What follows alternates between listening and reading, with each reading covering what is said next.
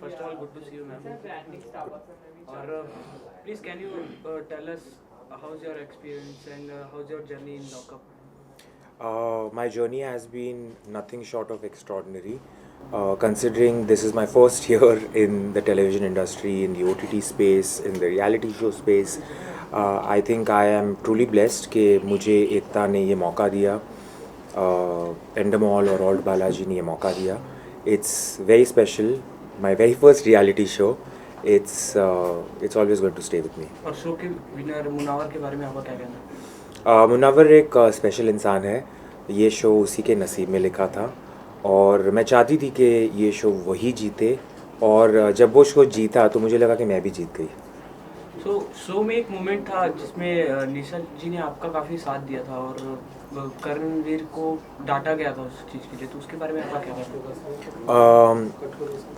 जब भी कोई LGBTQ रिलेटेड टॉपिक शो में आया था, मैंने यही चाहा था कि उस टॉपिक को मैं एक सेंसिटिविटी से, एक डिग्निटी से, एक रेस से सॉल्व करूं, ना कि झगड़ा करके और मुद्दा बना के. लेकिन मुझे ऐसे लगा कि मेरे से ज़्यादा बाकी के जो कैदी थे वो उसका फ़ायदा उठा रहे थे और फुटेज के लिए, दिखने के लिए वो उसका मुद्दा बनाते थे. मेरी कोशिश वो नहीं थी. मैं चाहती थी कि ये जो टॉपिक है उसको सेंसिटिवली हैंडल किया जाए. तो जब निशा ने भी वो टॉपिक पे बात की थी तो मुझे लगा कि तब वो ज़रूरी नहीं था. तो शो से बाहर आने के बाद एक इंटरव्यू में मुनावर ने कहा कि पायल में क्वालिटी नहीं थी जीतने की, तो उसमें आपका क्या कहना है? वो मुनव्वर की सोच है, पर मैं इतना जानती हूँ कि पायल में भी काफ़ी सारे क्वालिटीज़ है जो आ सकते थे और जिसके चलते वो विनर बन सकती थी. लेकिन मैं नहीं चाहती थी कि पायल शो जीते, बिकॉज़ इस शो का विनर एक इंस्पिरेशन होना चाहिए. इस शो का जो विनर है वो एक एग्ज़ाम्पल सेट करना चाहिए. जिस तरीके से पायल ने अपना गेम खेला था, मुझे नहीं लगता कि वो किसी भी एंगल से इंस्पायरिंग है, क्योंकि 20 कंटेस्टेंट्स में, 20 कैदियों में अगर आपका एक भी दोस्त नहीं है तो वो बताता है कि आप कैसे हो. तो आप नहीं चाहती थी पायल को जीतना, तो आप मुनव्वर को ही विनर बनते देखना चाहती थी या किसी और को? मेरे जो दोस्त बने थे शो में, मुनव्वर, पूनम, अंजलि, मैं इनमें से कोई भी अगर शो जीता तो बहुत खुश होती. लेकिन इस लिस्ट में मैं आज़मा को भी ऐड करना चाहूँगी. अगर आज़मा भी ये शो जीतती तो मैं बहुत खुश होती.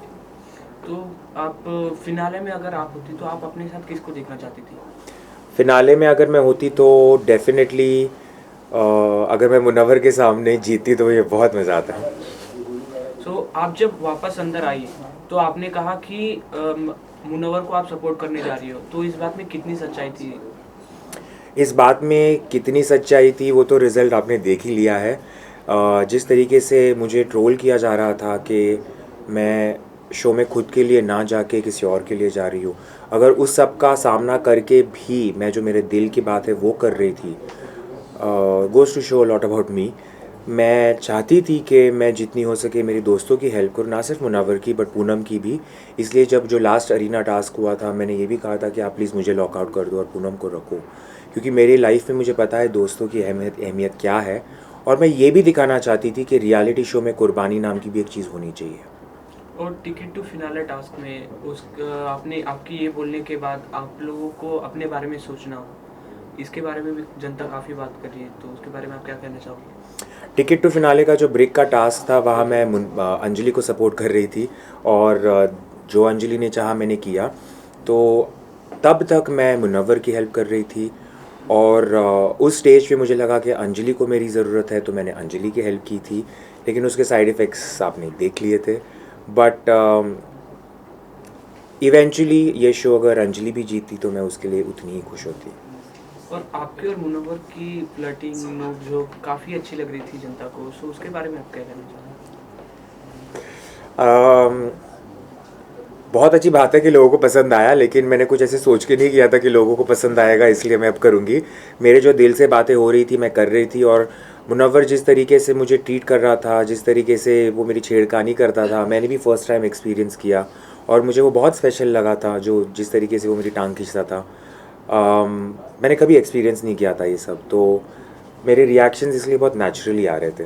आपने एक हैशटैग बनाया मोनालिसा, उसके बारे में?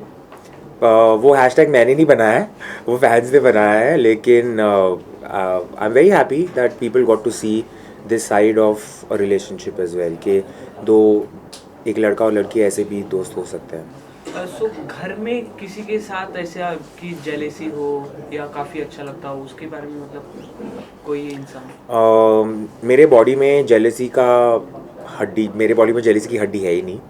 मैं बहुत कॉन्फिडेंट हूँ, मैं बहुत सिक्योर हूँ एज अ वुमन. तो जेलेसी तो मेरे में बिल्कुल नहीं है. लेकिन हाँ, मैं ज़रूर चाहती थी कि जो मेरे दोस्त है वो गेम में आगे जाए, और कुछ ऐसे एक आध दो लोग हैं जो जिनका तो मैं नाम शायद ना लूँ तो बेटर है, बट वो आगे नहीं जाए, वो मेरी कोशिश थी. सो शो के बाद आप किसको नहीं मिलना चाहोगे, किसको आप पसंद नहीं करते हो, कोई एक नाम? आपको पता है वो नाम क्या है. मैं उस इंसान को इम्पोर्टेंस भी नहीं देना चाहती हूँ. बट बाकी जो मेरे दोस्त हैं उनसे मैं टच में हूँ, रहूँगी. मुझे आज़मा को मिलना है, आज़मा की लाइफ देखनी है. मुझे अंजलि की लाइफ दिल्ली में, उसने दिल्ली में अपनी लाइफ इतनी मुझे बताई है कि मुझे एटलीस्ट एक हफ्ते के लिए अंजलि के साथ उसकी लाइफ जीनी है. और सबसे ज़्यादा किससे मिलना है? अभी मुनव्वर मेरे बाजू में ही रहता है, तो उससे तो ऑब्वियसली मिलना सबसे ज़्यादा होगा. मुझे उसके साथ फ्रेंडशिप आगे ले जानी है. वो बहुत अच्छा इंसान है, बहुत इंस्पायरिंग है. तो definitely Munawar and Anjali. So after lockup success party हुई थी, उसमें क्या कुछ हुआ? आप किससे मिली, क्या बातें हुई उसके बारे में कुछ? लॉकअप सक्सेस पार्टी में बहुत भीड़ थी. लेकिन सबके साथ मिली, सबके साथ डांस किया. अंजलि के साथ ज़्यादा टाइम नहीं स्पेंड कर पाई, मुनव्वर के साथ ज़्यादा टाइम नहीं स्पेंड कर पाई क्योंकि बहुत भीड़ थी. लेकिन जैसे मैंने कहा है, फॉर मी आज़मा इज़ द स्पेशल वन. और मेन सबसे शो के जेलर और वार्डन के बारे में क्या कहना है? जेलर और वार्डन मेरी लाइफ में बहुत स्पेशल है, स्पेशल रहेंगे. मुझे याद है जब करण फर्स्ट टाइम आए थे, उसके बाद भी उन्होंने जिस तरीके से मुझे सपोर्ट किया, जिस तरीके से मुझे गाइडेंस देते थे, ही इज़ रियली इंस्पिरेशनल. और तब मुझे लगा कि ऐसे इंसान को अगर कोई पसंद है तो वो कैसी होगी. तो जब मैं तेजस्वी से मिली तो मुझे लगा कि completely understand why these two people are together. They are very special. So after lockup क्या क्या चेंजेस देखने को मिलेगा हमें आप में? सबसे बड़ा चेंज तो ये दिखेगा कि मैं एक ऐसी इंडस्ट्री में घुस रही हूँ जो नई है मेरे लिए. तो जिस तरीके से वेदर वो टीवी स्पेस हो, रियलिटी शो स्पेस हो या मूवीज़ हो, मेरे लिए नई जगह है. तो मुझे देखना है कि ये कैसे रहेगा मेरे लिए. सो अगर आपको कोई कुछ बोलता है तो आप उसको फेस कैसे करते हो? इन रियल लाइफ मैं ऐसे इंसान को मेरे लाइफ में आने ही नहीं देती हूँ, क्योंकि मुझे लगता है कि ऐसे बहुत इंसान होते हैं जो नेगेटिविटी लेके आते हैं, और मेरे लाइफ में ऐसे इंसानों के लिए जगह भी नहीं है. और इसके अलावा हम आपको किसी शो में देखेंगे या आप जाना चाहती हो? मैं सब करना चाहती हूँ. मैं जितनी भी ऑप्शंस अपॉर्चुनिटीज़ आएगी मैं सब में ट्राई करूँगी, क्योंकि मुझे चाहिए कि मेरी रिप्रेजेंटेशन हर जगह पे हो. वो बहुत ज़रूरी है.